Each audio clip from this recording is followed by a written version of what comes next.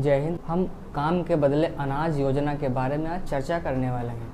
तो देखिए, काम के बदले अनाज मतलब फूड फॉर वर्क प्रोग्राम एक आया था। काम के बदले अनाज, फूड फॉर वर्क प्रोग्राम। इस योजना का मतलब यह था कि जो बेचारे गरीब और असहाय वर्ग के लोग थे, उन वर्ग के लोगों को खाने के बदले काम दिया जाता था या काम के बदले खाना दिया जाता था। काम के बदले खाना या खाने के बदले काम। तो देखिए, उनको इस प्रकार से दिया जाता था कि जो गवर्नमेंट होती थी उनसे कुछ काम लेती थी और उनके बदले में, काम के बदले में गवर्नमेंट उनको खाने के लिए अनाज देती थी। तो देखिए, ये योजना जो थी, तो ये योजना लॉन्च हुई थी 1977 से 78 के बीच में।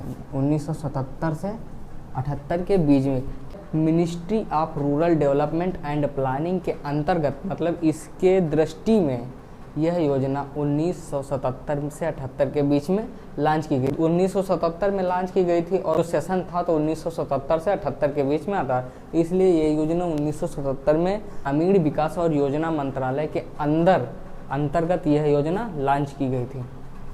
देखिए, यह योजना जो लॉन्च की गई थी, तो यह योजना 150 यह योजना 150 डिस्ट्रिक्ट, मतलब 150 जिलों में एक साथ लागू की गई थी। 150 जिलों में एक साथ यह योजना लागू की गई थी।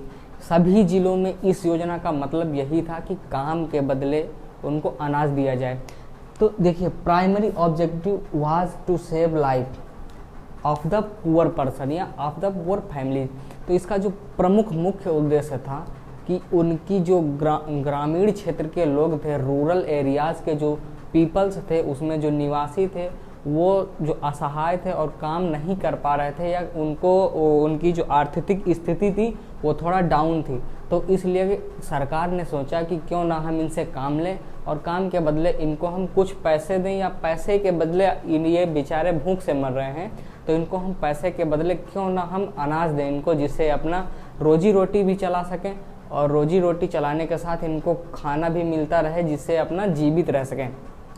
तो इस योजना का मुख्य उद्देश्य था, primary objective was save to life of poor families by giving the food grains. मतलब यहाँ पर जैसे आजकल गांव में और जो कोटे के माध्यम से मिलता है, अनाज मिलता है, गेहूँ मिलता है, चावल मिलता है, इसी प्रकार से उनको भी काम के बदले अनाज दिया जाता था, जिससे वो अपना भरण पोषण कर सकें और अपने जीवन की दिनचर्या को आगे निरंतर बढ़ा सकें। दूसरा जो इसका ऑब्जेक्टिव था, वो workers are getting food grains by exchange of work done. मतलब कि फिर से वही बात रिपीट हो जाती है कि यहाँ पर जो उनका मेन मोटिव था, गवर्नमेंट का जो मेन मोटिव था, तो ये था कि हम उनसे काम लें और काम के बदले उनको अनाज दें, जिससे वो अपना भरण पोषण कर सकें, अपनी आजीविका को चला सकें। ये उन लोगों के लिए था जो असहाय और गरीब थे, जो असहाय और गरीब थे, जो थोड़ा काम वाम करने में लाचार थे या वो काम कर लेते थे। जो काम करने में लाचार थे, उनके घर में जो काम करने वाले व्यक्ति थे वो किसी कारण जैसे कि नहीं डेवलप हो पाए, वो पिछड़े रह गए, गरीबी उनको घेर ली, गरीबी में वो पल रहे थे। तो सरकार ने सोचा कि हमको काम तो करवाना ही है, अपने जो परियोजनाएं लागू करनी है तो उनको लागू करवाएंगे, बिना पीपल्स के वो काम आगे बढ़ नहीं सकता था, तब इतना आधुनिक था नहीं युग। तो इसलिए गवर्नमेंट ने भी अच्छा सोचा कि हम इनको काम दे रहे हैं और काम के बदले इनकी आजीविका चलाने के लिए हम इनको भोजन दे रहे हैं। भोजन का मतलब यही था कि वहाँ पर इनको अनाज दिया जाता था, जिसको वो पकाकर अपना भरण पोषण कर लेते थे। Coordination and implementation was done by district level. ये है इसका जो डिस्ट्रीब्यूशन था, इसका जो समन्वयन और क्रियान्वयन था, मतलब देख रेख और इनका वितरण था, वो एक डिस्ट्रिक्ट जिला लेवल पर ही था। अब देखिए, इन योजनाओं का मुख्य मकसद क्या था, ये योजनाएं किस लिए चलाई गई थी। फूड फॉर वर्क प्रोग्राम ये किस लिए चलाई गई थी, सरकार का कोई बहुत बड़ा रोल रहा होगा कि इस योजना को चलाने के लिए। तो सबसे बड़ा रोल था कि जो ग्रामीण एरिया के क्षेत्र थे वो इतना ज़्यादा डेवलप नहीं थे, उनका घर पहले कच्चा था, उनका घर पूरा कच्चा था। जिससे बरसात के दिनों में आए दिन समस्याएं होती रहती थी। किसी का घर गिर जा रहा था, कोई किसी की जानें चली जा रही थी, ऐसी समस्याएं देखने को मिलती थी, आए दिन सुनने को मिलती थी। तो इसलिए जो सरकार थी, गवर्नमेंट थी, उसने सोचा कि ये जो बेचारे गरीब और असहाय लोग जो ग्रामीण क्षेत्र में, रूरल एरियाज में रह रहे हैं, इनको हम कच्चे घर की जगह इनको धीरे धीरे आगे बढ़ाने की कोशिश करें। इनको कच्चे से लेकर पहले हम अर्ध कच्चा करें और उसके बाद इनको धीरे धीरे पक्के में हम कन्वर्ट कर दें। तो उसका मतलब यही था कि जो गरीब और असहाय लोग थे वो कच्चे में रह रहे थे, और कच्चे के बाद उनको अर्ध कच्चा, मतलब उनको ऐसे की धनराशि दी जाती थी जिससे वे अपना घर धीरे धीरे मजबूत कर सकें और रहने लायक उनका घर बन जाए। दूसरा था सड़कों का निर्माण था। पहले यातायात का जो साधन था वो बहुत ज़्यादा उपलब्ध नहीं था, जो सड़कें थी वो बहुत ज़्यादा अच्छी नहीं थी, तो इसलिए आने जाने में दिक्कत होती थी। तो इसलिए सरकार ने सोचा कि यहाँ पर यातायात किया जा सके, यातायात की व्यवस्था उपलब्ध कराई जा सके, जिनसे इनका विकास ज़्यादा जल्दी से हो सके, जितना जल्दी हो सके उनका विकास हो। तो इसलिए वहाँ पर सड़कों का निर्माण करवाया गया। अब सड़कें का जब निर्माण करवाया गया तो वहाँ पर गवर्नमेंट ने सोचा कि हमारे पास आदमियों की तो कमी नहीं है, तो ये बेचारे काम करने के लिए तो कहीं जाएंगे ही, तो इसलिए उनको इस योजना के अंतर्गत शामिल किया गया और बुलाया गया इनमें काम करने के लिए। तो जो मजदूर लेबरी करने या किसी उसमें काम करने जाते थे तो उनको काम के बदले अनाज दे दिया जाता था। इसमें सड़कों का निर्माण करवाया गया, उसको आगे बढ़ाया जाए जिससे जो रूरल एरियाज़ हैं वो भी डेवलप हो सकें।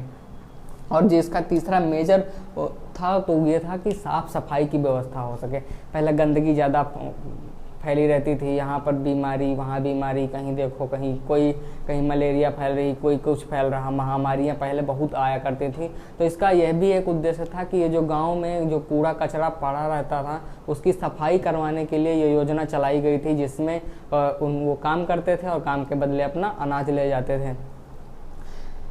हालांकि यहाँ पर गवर्नमेंट जो थी तो उनको पैसा भी दे सकती थी, लेकिन गवर्नमेंट ने ऐसा नहीं किया, पैसे नहीं दिए, क्योंकि उनका मेन मकसद था कि पैसे देते तो लोग खर्च कर देते और जिससे अपने परिवार का थोड़ा सा गुजारा करने के लिए उनको थोड़ी सी मेहनत या उनको दिक्कतों का सामना करना पड़ सकता था। जैसे कि उनको मान लीजिए कहीं उसकी ज़रूरत हो तो वहाँ पर उसने खर्च कर दिया, तो वो भूखमरी जैसी जो समस्या थी उनका सामना करना पड़ रहा था। लेकिन यहाँ पर जब गवर्नमेंट उनको अनाज दे जा रही थी, काम करते थे उसके बदले अनाज मिल जाता था, तो यहाँ पर भूखमरी से लोग कम मरते थे। और फिर तीसरा था नहरों का निर्माण, और नहरों का निर्माण करवाया गया। इनका यही उद्देश्य था। नहरों का निर्माण जब करवाया जाएगा तो जो गांव की खेती है, जो ग्रामीण क्षेत्र में खेती कर रहे हैं, तो उनको पानी आसानी से पहुंचाया जा सके। जब पानी आसानी से पहुंचाया जा सकेगा तो वहाँ की जो खेती है वो और ज़्यादा अच्छी होगी, फसलें और ज़्यादा अच्छी होंगी। जब फसलें अच्छी होंगी तो कहीं ना कहीं इसमें देश का ही फायदा होगा, क्योंकि जो ग्रामीण क्षेत्र हैं वो और ज़्यादा डेवलप होंगे तो धीरे धीरे आगे प्रगति की ओर ही बढ़ेंगे। तो इनका कुछ मेजर यही काम थे, जिससे यही उद्देश्य थे कि जिससे ग्रामीणों को आगे बढ़ाने के लिए ये कदम उठाए गए थे, जिससे उनको काम के बदले अनाज योजना शुरुआत की गई। देखिए, ये योजना फूड फॉर वर्क योजना लंबे समय तक चलती रही, 1977 से कंटिन्यू चली आई।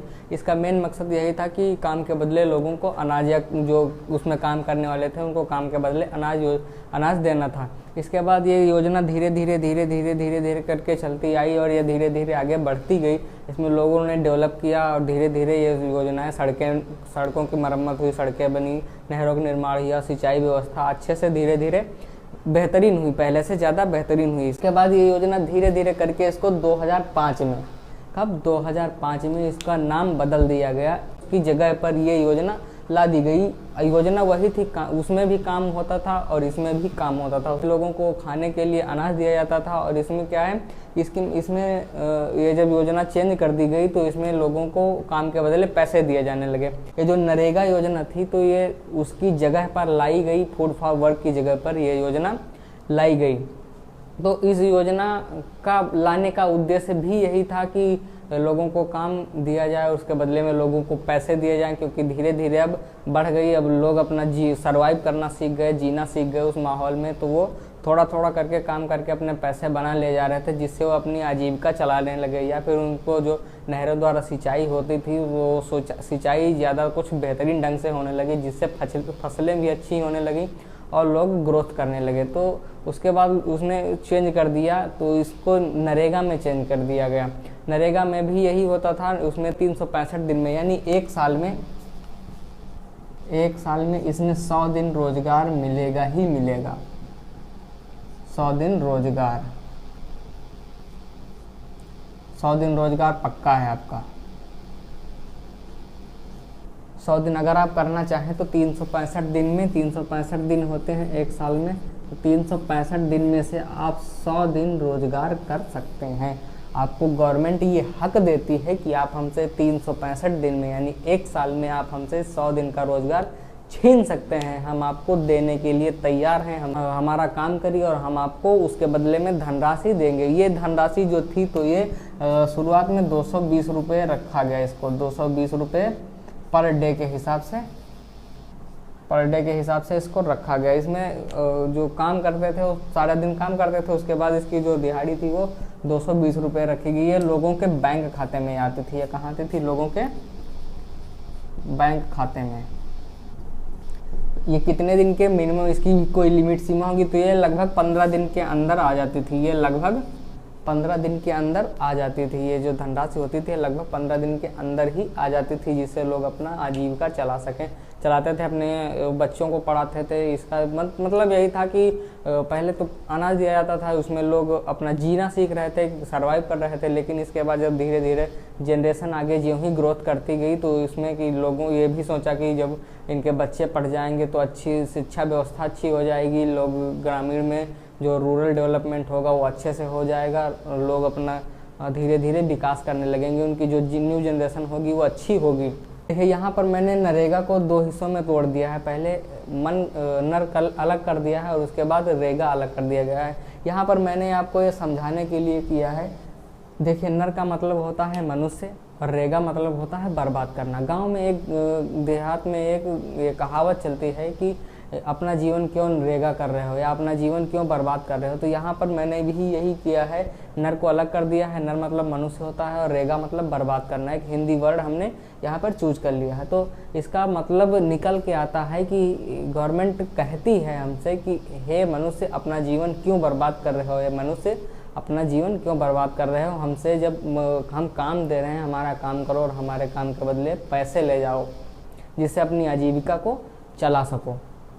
तो देखिए ये धीरे धीरे नरेगा योजना थी, ये धीरे धीरे कन्वर्ट हो गई मनरेगा में। यहाँ पर एम को ऐड कर दिया गया। जब एम को ऐड कर दिया गया तो एम का मतलब होता है महात्मा गांधी।